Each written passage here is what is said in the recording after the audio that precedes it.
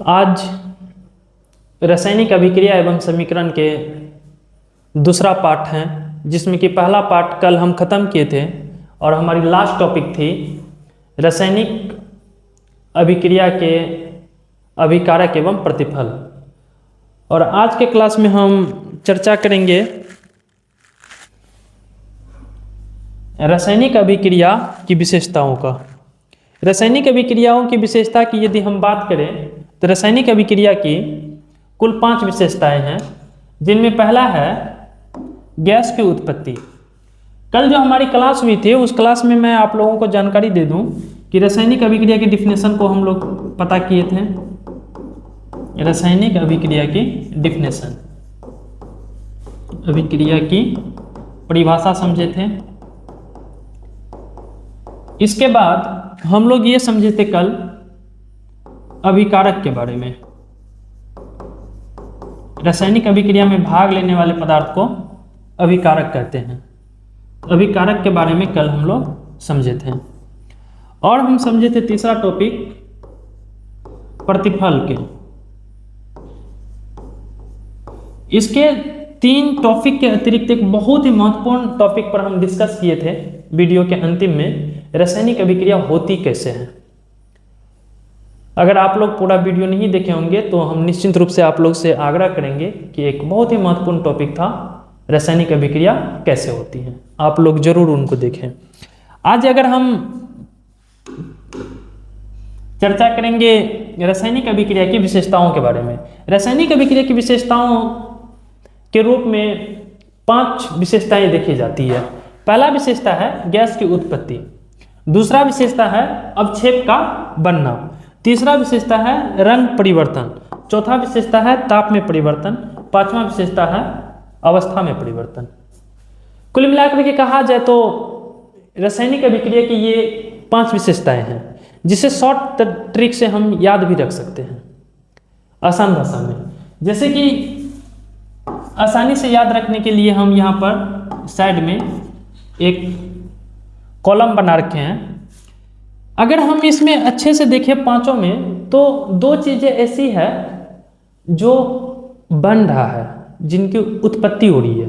3 चीज ऐसे हैं जिनमें परिवर्तन हो रहा है। अगर आप ये 2 चीजें याद रख रहे हैं तो आप रासायनिक अभिक्रिया की विशेषता को आसानी से कभी भी एक्सप्लेन कर सकते हैं। याद रखने का इनका झंझट है ही नहीं। गैस की उत्पत्ति अर्थात गैस बनता है। अवक्षेप का बनना, अवक्षेप बनता है। अगर हम देखें तो रासायनिक अभिक्रिया में 2 चीजें ऐसी है जो कि बन रही है। पहला है गैस, दूसरा है अवक्षेप। गैस और अवक्षेप रासायनिक अभिक्रिया में बनती है। अर्थात हम कह सकते हैं कि रासायनिक अभिक्रिया की 2 विशेषताएं, पहला गैस का बनना, दूसरा अवक्षेप का बनना। ये 2 चीजें बनती है। परिवर्तन के रूप में हम देखें तो 3 चीजों का परिवर्तन होता है। रंग का परिवर्तन होता है, ताप में परिवर्तन होता है और अवस्था में परिवर्तन होती है। अर्थात कोई भी रासायनिक अभिक्रिया है तो उनकी विशेषता की मैं बात करूं तो विशेषताएं 2 चीजें होगी। पहला ताप का परिवर्तन, पहला गैस की उत्पत्ति, दूसरा अवक्षेप का बनना। 2 चीजें ऐसी है जो बन रही है, गैस और अवक्षेप। 3 चीजें ऐसी है जिसमें परिवर्तन हो रही है, रंग, ताप और अवस्था। इन 5 का अगर हम एक्सप्लेनेशन और एग्जाम्पल देखें तो इस प्रकार है। पहला था हमारी गैस की उत्पत्ति। पहला था गैस की उत्पत्ति। कुछ रासायनिक अभिक्रिया के फलस्वरूप उस गैस की उत्पत्ति होती है। मतलब सारे अभिक्रियाएं तो हम नहीं कह सकते हैं, लेकिन कुछ रासायनिक अभिक्रिया ऐसी है जिनकी फलस्वरूप हमें गैस की प्राप्ति होती है। जैसे कि हम देखें तो Zn+2HCl।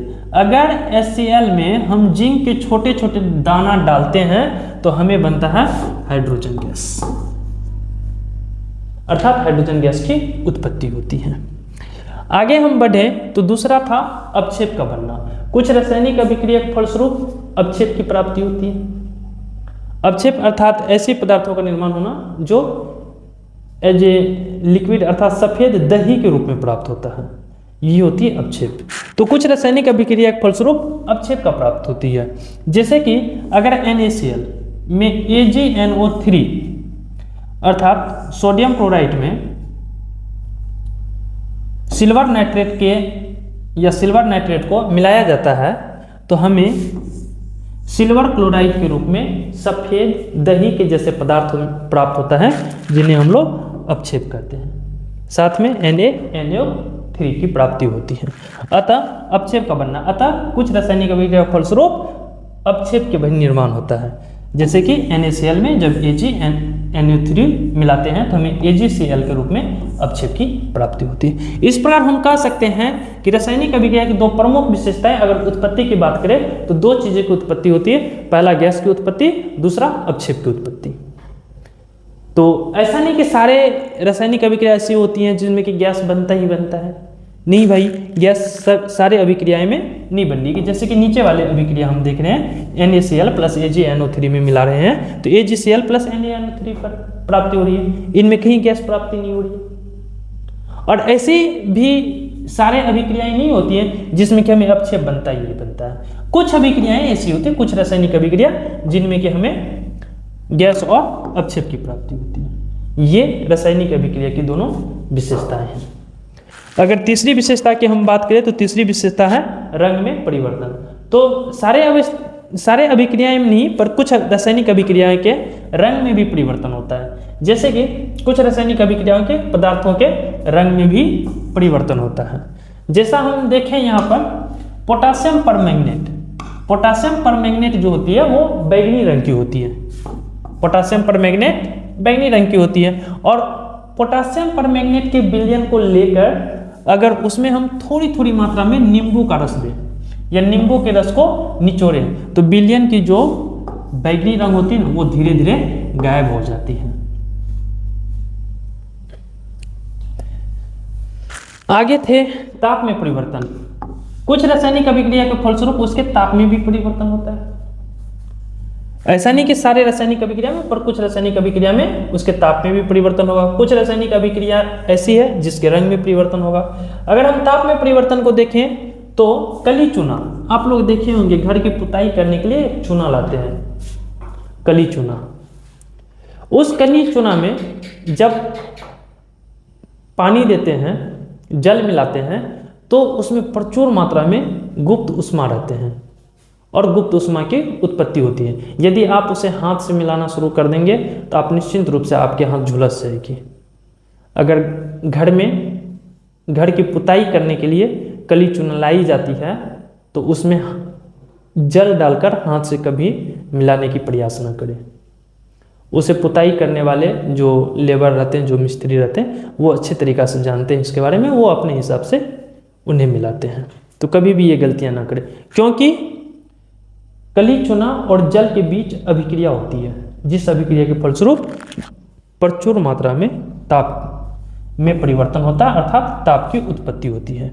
वही एग्जाम्पल के रूप में लिखा हुआ है, कली चूना के ऊपर जल गिराया जाता है तो पर्याप्त मात्रा में ऊर्जा की प्राप्ति होती है। ऊर्जा तो नहीं, हम कह सकते हैं पर्याप्त मात्रा में उष्मा की प्राप्ति होती है। ऊर्जा भी कह सकते हैं, अर्थात उष्मा की भी प्राप्ति होती है। ऐसे नहीं कि रासायनिक अभिक्रिया में केवल उष्मा की उत्पत्ति होती है, बहुत सारी ऐसी रासायनिक अभिक्रिया जिसमें उष्मा की आवश्यकता होती है। जैसे कि CaCO3 को तोड़ने के लिए, अगर हम CaCO3 को तोड़ना चाह रहे हैं तो इसमें हमें ताप देना पड़ेगा। बिना ताप दिए ये टूट ही नहीं सकता है। तो कुछ रासायनिक अभिक्रिया ऐसी होती है जिससे के फलस्वरूप हमें प्रचुर मात्रा में उष्मा की उत्पत्ति होती है। तो कुछ रासायनिक अभिक्रिया ऐसी है जिसमें कि रासायनिक अभिक्रिया के लिए हमें प्रचुर मात्रा में उष्मा की जरूरत पड़ती है। आगे चल के इस विषय में हम लोग डिस्कस करेंगे कि रासायनिक अभिक्रिया में जब उष्मा की जरूरत होती है उनको क्या कहेंगे, किस कंडीशन में ये हो सकती है, और कुछ रासायनिक अभिक्रिया के फलस्वरूप उष्मा की उत्पत्ति होती है तो उन्हें हम क्या कह सकते हैं। आगे हम बढ़ेंगे तो अगला है अवस्था में परिवर्तन। कुछ रासायनिक अभिक्रिया के फलस्वरूप उसके अवस्था में भी परिवर्तन होता है। जैसे कि पदार्थ की अवस्थाओं की हम बात करें तो मुख्य रूप से 3 अवस्था है, वैसे 5 अवस्था कही जाती है। 3 अवस्था में हम देखें तो ठोस, द्रव एवं गैस आती है। ठोस, द्रव एवं गैस आती है। तो पदार्थ की मुख्य रूप से 3 अवस्थाएं, ठोस, द्रव एवं गैस। और कुछ रासायनिक अभिक्रिया ऐसी होती है जिसकी कि अवस्था में ही परिवर्तन हो जाती है। जैसे कोई पदार्थ ठोस है तो वो द्रव और गैस में बदल जाएगी, कुछ पदार्थ अगर गैस है तो वो ठोस और द्रव में बदल जाएगी। इस प्रकार कुछ रासायनिक अभिक्रिया के फलस्वरूप उनके अवस्थाओं में भी परिवर्तन देखा जाता है। जैसे ठोस मोमबत्ती, मोमबत्ती आप लोग देखे होंगे जो कि बिल्कुल ठोस होता है। दहन के फलस्वरूप ये द्रव एवं गैस के रूप में परिवर्तित हो जाती है। अर्थात हम कह सकते हैं कि कुछ रासायनिक अभिक्रिया के फलस्वरूप उनके अवस्था में भी परिवर्तन को देखने को मिलता है, जिससे ठोस मोमबत्ती को जलकर या ठोस मोमबत्ती का जलकर द्रव एवं गैस के रूप में परिवर्तित हो जाना।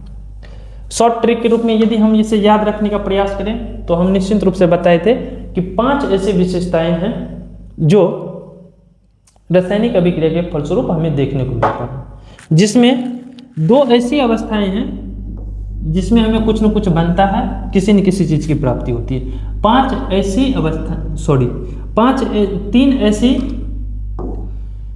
2 ऐसे गुण थे जो कुछ न कुछ बनता है और 3 ऐसे गुण हैं जिसमें कि परिवर्तन देखने को मिलता है। अगर हम बनने की बात करें तो गैस का बनना और अवक्षेप का बनना, ये दोनों बनती है। अगर हम परिवर्तन की बात करें तो रंग, ताप एवं अवक्षेप में परिवर्तन देखने को मिलता है। इस प्रकार आज की क्लास इतना ही। मिलते हैं कल नए टॉपिक रासायनिक समीकरण को लेके। कल हम जानेंगे रासायनिक समीकरण किसे कहते हैं, रासायनिक समीकरण की क्या विशेषताएं हैं, रासायनिक समीकरण लिखने के नियम और रासायनिक समीकरण के प्रकार इत्यादि चीज को हम कल जानेंगे। धन्यवाद।